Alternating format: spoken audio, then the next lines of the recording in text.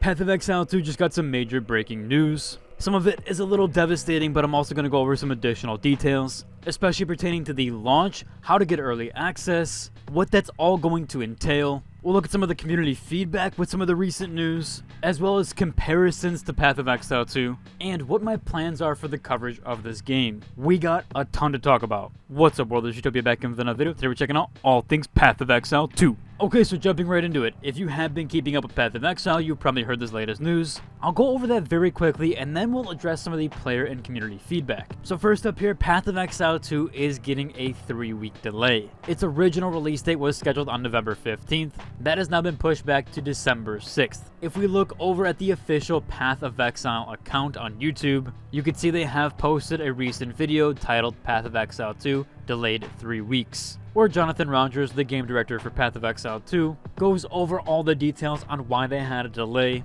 I'll summarize those to you here, as well as some things that weren't included in his talk. So first up, he mentions the delay is not for the game itself, however the server back end of things. So if you didn't know, and he doesn't explain this in the original video, but Path of Exile 1 and Path of Exile 2 microtransactions are going to be linked. So any purchase you made in Path of Exile 1 will carry over to Path of Exile 2. Of course, that's dependent on certain things there, but most of your microtransactions, including cosmetics, etc., will be linked between the two. And that is the main reason that he says or showcases during the video, essentially noting that they are having some back-end issues and some server-end issues. An example he notes is people having duplicate emails or even names, and how that all back-end system is going to carry over, where they are working on essentially reprogramming that back-end, as a lot of stuff from Path of Exile 1 is not going to be able to translate correctly, so they need to redo a lot of their server infrastructure in order for those things to tie together and be able to be merged. That is a little bit more in-depth of an explanation than he gives during the video,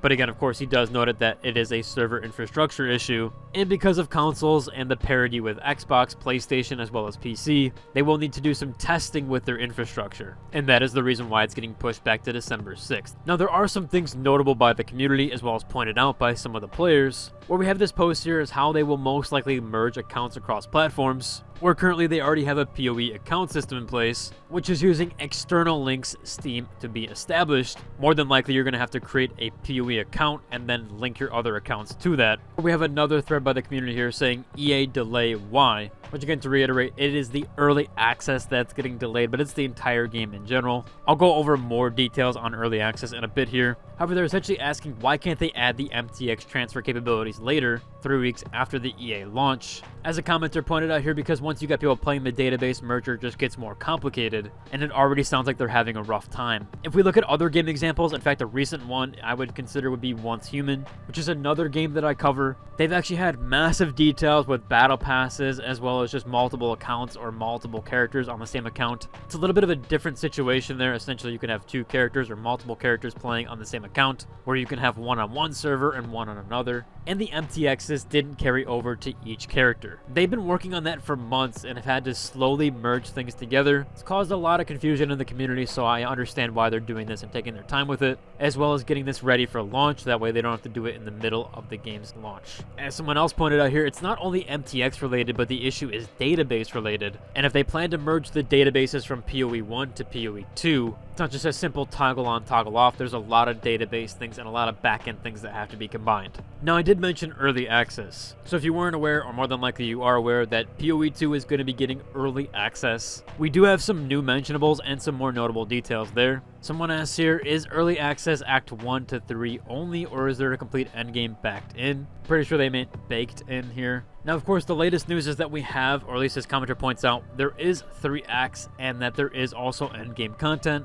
We're not for sure if that's going to be in combination. However, we do have this article here from the Tokyo show, which has mentioned a few things over there. The most notable one here is how early access is actually going to work. This was a completely different question. However, they asked here how many people can play at the same time. Jonathan Rogers does answer these questions, where he does say here he wants to make it possible for 2 million people to play. Currently, there are about 350,000 people playing Path of Exile, but they don't know how many will actually play it, meaning Path of Exile 2. Early access period is paid. Of course, that was probably notable from it being early access. but it will eventually be free, and he thinks a lot of people will play it, so he's prepared for that to make it possible. Of course, PoE is known for being free to play, with those microtransactions tacked on, and for the people that have played the original Path of Exile, you really only need to spend a little bit of microtransactions just to kind of gear yourself up and give yourself storage space. However, they're also going to be charging for early access. The rumor right now is from $30 to $40. We'll have to wait and see though, as we don't have any confirmations there for sure. However, we do have some confirmations here by the official Path of Exile Twitter account, where they wanted to say here a month from now they'll be doing a live stream. However, that was from September 30th, which is now October 30th, and in the recent video with Jonathan Rogers going over the delay,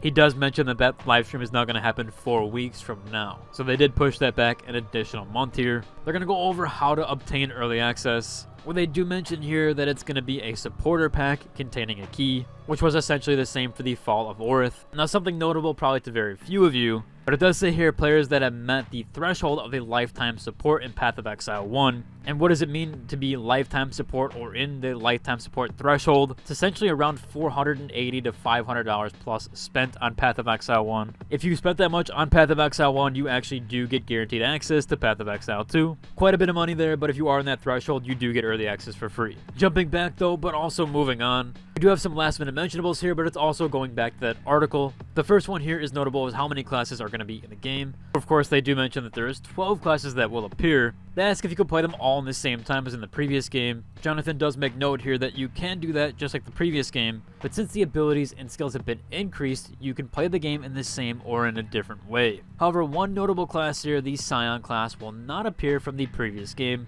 As he does mention, it was a bit of a cheat because it allowed players to easily acquire powerful passives, so it will not appear in Path of Exile 2. Again, there are those 12 classes, and I will be doing a detailed breakdown video in the future here, so be sure if you want to subscribe to check that out in the future. I'm going to do an entire breakdown of all 12 classes, why to play them, which to pick, and what to start with. One notable mention here from Jonathan, or during the Q&A session, he was asked what class would you recommend that even beginners find easy to use. He does say Sorceress and Ranger because they can attack from a distance while also moving, where Monk may be a little bit difficult because of their low HP, and they're also melee range, or typically in melee. Again, I'll go over all the details there with that, but that is a little bit notable mention from this article. We've also had some questions on what are the differences from Path of Exile 2 to 1. As we already went over the details there, it's mostly the same, at least with the classes, except obviously there's going to be a different storyline while sharing somewhat of the same endgame from PoE 1. The key differences include a new improved skill gen system, refined graphics, and a faster paced combat system. Both games will coexist with a separate campaign path, but they will converge in the late game. We'll have to see on all the details there how that's actually going to play into things, but that is notable and quite interesting.